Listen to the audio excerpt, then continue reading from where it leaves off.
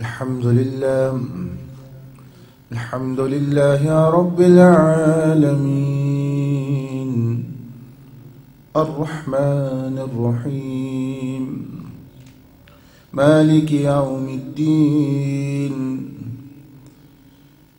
والصلاة والسلام على أشرف الأنبياء والمرسلين وعلى آله وأصحابه أجمعين أما بعد فأعوذ بالله من الشيطان الرجيم بسم الله الرحمن الرحيم إن أول بيت وضع للناس للذي ببكة مباركا وهدى للعالمين فيه آيات بينات مقام إبراهيم ومن دخله كان آمنا ولله على الناس حج البيت من استطاع إليه سبيلا ومن كفر فإن الله غني عن العالمين آمنت بالله صدق الله العظيم اللهم صل وسلم وبارك على سيدنا محمد وعلى آله وأصحابه السلام علينا وعلى عباد الله الصالحين أما بعد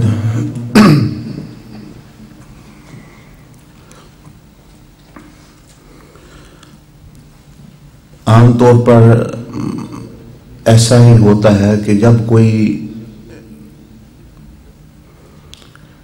کتاب لکھتا ہے تو کتاب لکھنے سے پہلے یعنی اس کا اصل حصہ حکم احکام لکھنے سے پہلے اس کا مقصد بیان کر دیتا ہے اور اس کا تعارف کراتا ہے اور پھر بعد میں اس کی تفصیل بیان ہوتی ہے. تو قرآن مجید بھی اللہ کی کتاب ہے جس طرح کے پہلے کتابیں اللہ جل مجدہ نے نازل فرمائی. تو اس کے مقصد کے بارے میں پہلی اس کی صورت میں ہی یہ واضح کر دیا گیا کہ اس کتاب میں کیا ملے گا آپ کو.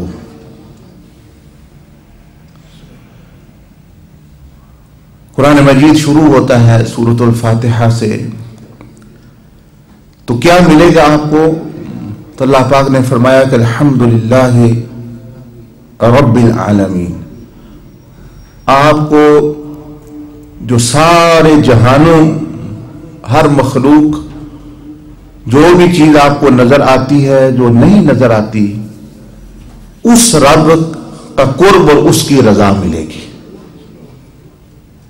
تو ایک ہے کہ رب العالمین جو صرف اس دنیا کا رب نہیں،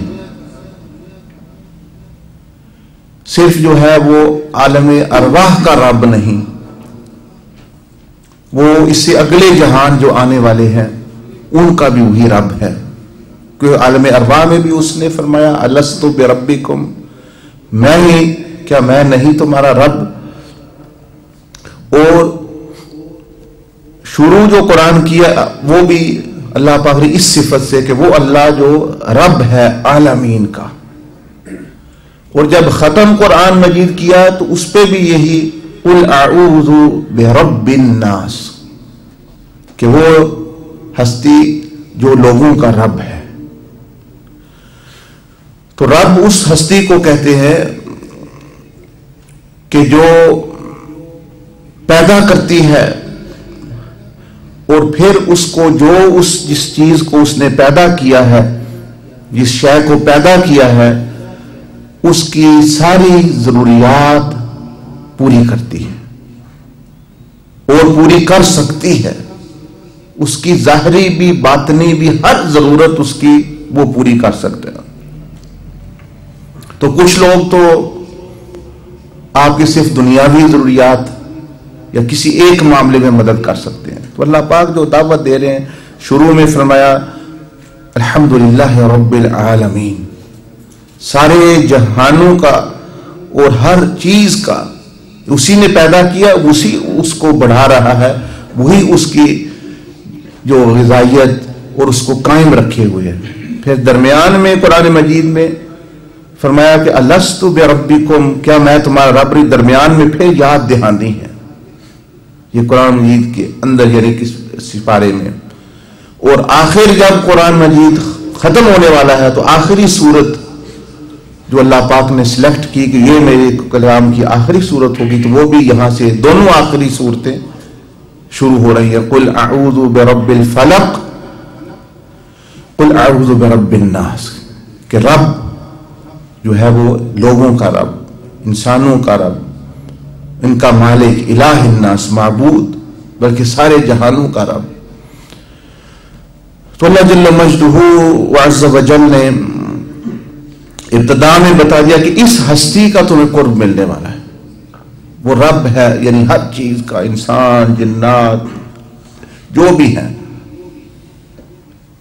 ایک بزرگ کے پاس ایک بندہ آیا، تو عام طور پر بندے بعض دفعہ اپنی دنیاوی حاجات، پریشانیاں، مصیبتیں یہ لے کے آتے ہیں. تو انہوں نے فرمایا کہ ہر بندہ کا ایک خاص فنکشن ہے. اگر کوئی دنیاوی پریشانی ہے تو وہ بہت سارے بندے باہر ہیں، ڈاکٹر ہیں، دعا کرنے کے لیے بیٹھے ہوئے ہیں، تمہیں تعویذ دیں گے وغیرہ وغیرہ بیٹھے ہو. میرے پاس اگر تم دنیا کے لیے اور صرف جنت حاصل کرنے کے لیے آئے ہو تو تم کسی اور کے پاس چلے جاؤ، اور اگر دنیا کے رب کو اور جنت کے رب کو چاہنے کے لیے آئے ہو تو وہ پھر میں تمہیں رستہ بتلا سکتا. ایک ہے دنیا، ایک ہے جنت، اور ایک ہے دنیا کا رب اور ایک پھر جنت کا رب. تو ایک ہے بادشاہ، ایک ہے اس کا ملک، اس کی بادشاہت، ایک ہے بادشاہ کا قرب، اور ایک ہے اس کے ملک کا قرب، ملک مل جانا. تو قادری سلسلے کے ایک بزرگ نے یہ ارشاد فرمایا کہ ہم انسانوں کو عہدوں کا شوق ہوتا ہے. تو انہوں نے مثال دے کے سمجھایا کہ اللہ کی بندگی اور اللہ کی عبادت اور اللہ کی اطاعت اور بندگی حاصل ہو جانا، اس سے بڑا عہدہ کوئی نہیں پوری کائنات میں. کہ اللہ نے اسی ٹائٹل کے ساتھ جو ہے حضور علیہ الصلوۃ والسلام کو دیکھے معراج کی رات بھی جو بھی مہینہ آ رہا ہے یہی پکارا سبحان الذی اسری بعبدہ، کہ اللہ نے اپنے بندے کو سیر کرائی. کیونکہ بندگی ایک ہے بندہ ہونا، ویسے تو ساری کائنات بندہ ہے. ان کل من فی السماوات والارض الا آتی الرحمن عبدا، وہ اللہ کی مخلوق ہے، اللہ کی عبادت کر رہے ہیں. ایک ہے جس کو اللہ کہے کہ یہ میرا بندہ ہے، یعنی اس نے مجھے چن لیا ہے، میں اس کو چن لیا، وہ بندہ مخلص اور مخلص بن جاتا ہے. تو انہوں نے مثال دی کہ ایک بادشاہ ہے، مثلا پوری دنیا کا بادشاہ ہے، مثال لے لیں تو وہ اس پوری دنیا کے میں ایک کو کہتا ہے کہ آپ جو ہے انگلینڈ جو ملک ہے وہاں کے بادشاہ حکمران ہیں، آپ کو یہ عہدہ دیا گیا. ایک ہے اس کو بھائی آپ امریکہ آپ کا زیر نگین ہوگا، آسٹریلیا کے آپ بادشاہ ہوں گے، اور پاکستان کے آپ ہوں گے. مختلف اس میں عہدے، پھر اس میں جو صوبے ہیں ان کے آپ فلاں آپ کا گورنرشپ ہے، فلاں آپ علاقے کے گورنر ہیں. تو وہ کہنے لگے بادشاہ کا تو ایک بہت بڑا محل ہے، وہاں سے وہ اپنی انسٹرکشن جاری کرتا ہے اور عہدے دے رہا ہے. اور جن لوگوں کو اس نے عہدے تقسیم کر دیے، وہ اپنے اپنے اپنے ملکوں میں حکومت کر رہے ہیں، لیکن ایک کو بادشاہ کہتا ہے کہ تمہیں میں کوئی عہدہ دینے والا نہیں، تم میری خدمت کرو، صرف میرے لیے کھانے کا انتظام کرو، میرے کپڑوں کا انتظام کرو، کپڑے لا کے دو، مجھے کسی چیز کی ضرورت ہوگی وہ تم نے لا، تم میرے خادم ہو، میرے عبید ہو، تم میرے خادم ہو، تمہیں میں کوئی دینے والا نہیں، عہدہ تمہیں کوئی نہیں ملے گا۔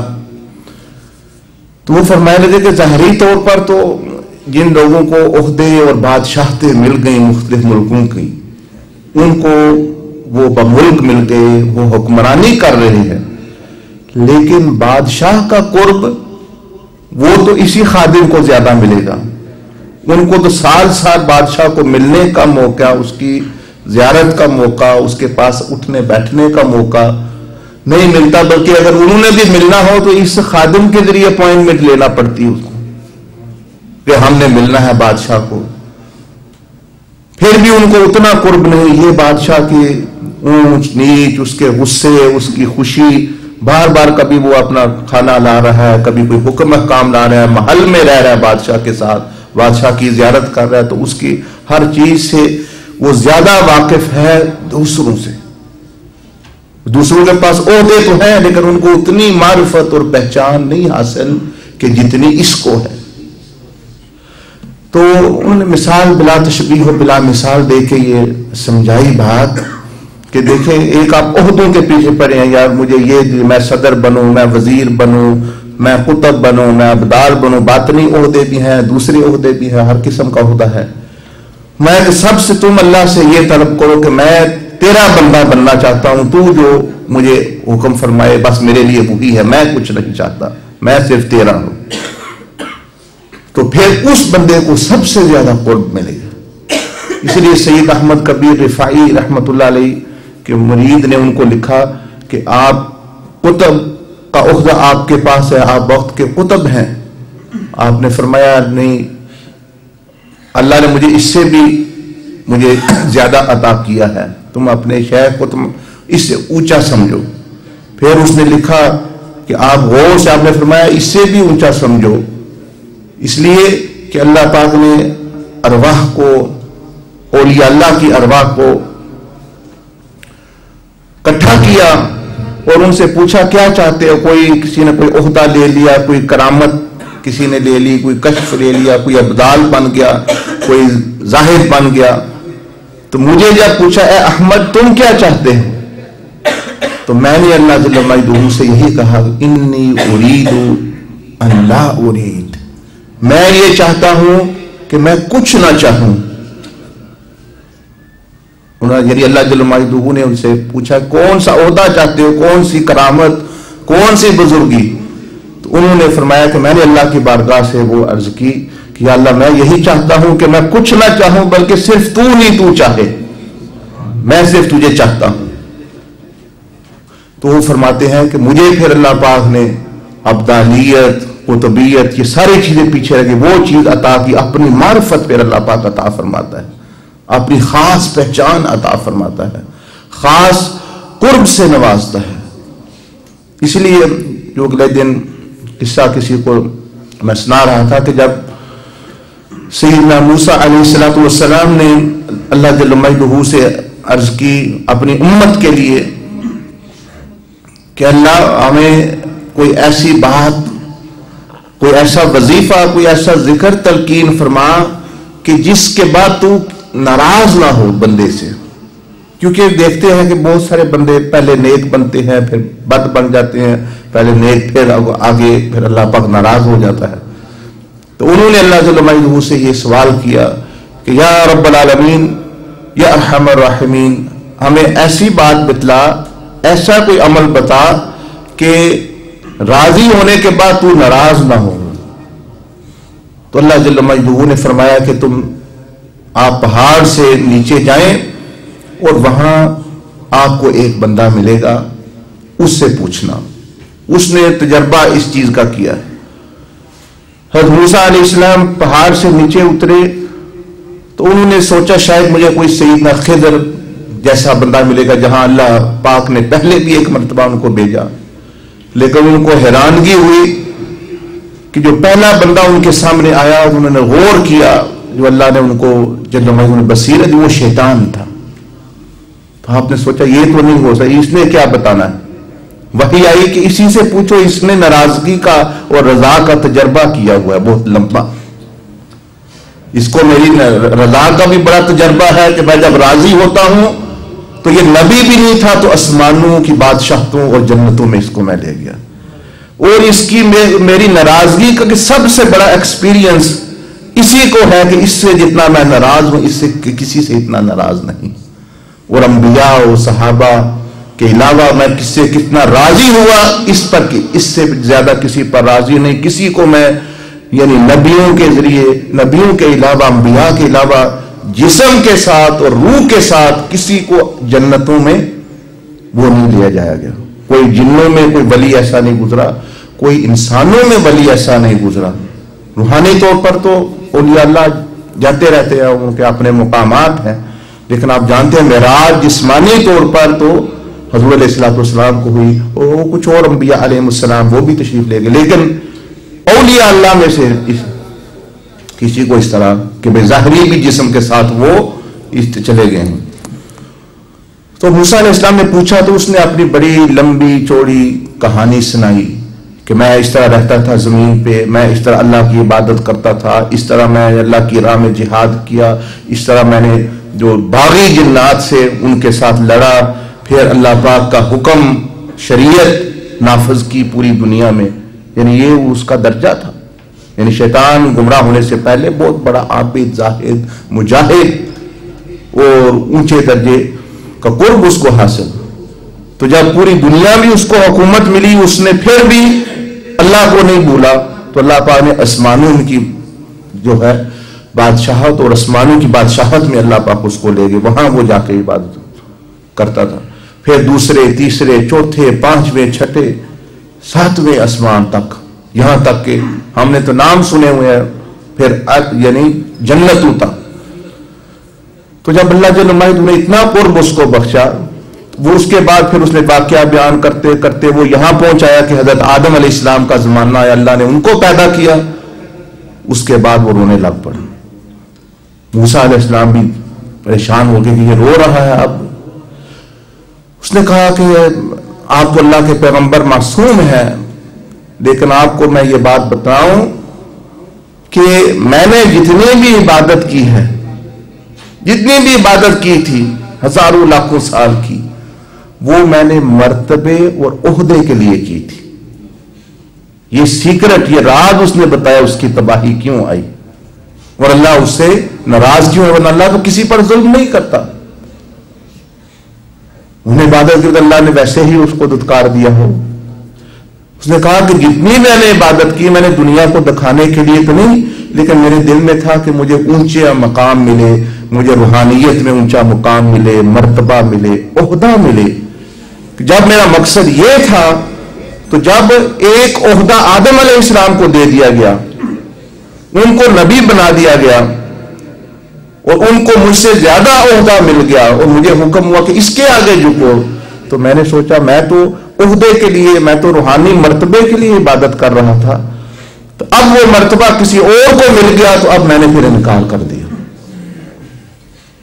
یہاں اس نے بات ختم کر دی. تو گویا اللہ جل مجدہ نے موسیٰ علیہ السلام کے ذریعے ہمیں یہ پیغام پہنچایا کہ اگر بندہ چاہتا ہے کہ اللہ اس سے ناراض نہ ہو تو کسی نہ دنیاوی حاجت اور عہدے کے لیے بندہ عبادت کرے، نہ روحانی عہدے کے لیے عبادت کرے، نہ جنت کو اپنا معبود بنائے بلکہ جنت کے رب کو اپنا معبود بنائے، یعنی اس کے لیے. تو پھر اس بندے کو انشاءاللہ اس پر اللہ پاک کبھی ناراض نہیں ہوگا، کیونکہ اس نے اللہ کو راضی کیا، اللہ اس کو راضی کر دے گا. لیکن دنیا آپ لالچ کے ساتھ، عبادت میں بھی لالچ، کسی کی حاجت پوری کرنی ہے اس میں بھی لالچ، کسی کی پریشانی کی مدد کرنی ہے اس میں بھی لالچ، یہاں تک کہ پھر ہماری عبادت میں بھی میں عمرے پہ کیوں جاؤں، میرا یہ مشکل ہے، میں احسان، میں حج پہ کیوں جا رہا ہوں، یہاں میں روزے کیوں رکھ رہا ہوں، یہ مشکل. تو ہر بات میں اپنی غرض اور دنیا گھسی ہوئی ہے، اس لیے جب بندہ پریشان ہو رہا ہے. کیونکہ جب تک آپ اپنے مسئلے خود حل کرنے کے پیچھے لگیں گے یہ دنیا آپ کو پریشان کر دے گی. اور جب آپ خالص اللہ کے لیے ہو جائیں گے اللہ آپ کے مسائل حل کرے گا، اللہ جل مجدہ آپ کی سرپرستی فرمائے گا. جس طرح میں نے حدیث بھی سنائی تھی کہ اللہ جل مجدہ نے دنیا کو حکم دیا کہ جو مجھے مقصد بنائے، میری عبادت کو مقصد اور میری رضا کو مقصد بنائے، اس کی تم بھی خدمت اور اس کی تابع داری کرنا، اور جو مجھے بھول کے تمہارے پیچھے لگے خود مسئلے حل کرنا چاہے اور میری عبادت بھی دنیاوی مسائل کے لیے ہی کرے، اس کو پھر اسی میں کھپا دو، اسی میں ختم کر دو اور اس کو غلام بنا کے ختم کر دو. جزاکم اللہ حسن الجزاء. سبحانک اللہم بحمدک، نشہد ان لا الہ الا انت، نستغفرک ونتوب الیک. سنت ادا ہمارے. استغفر اللہ.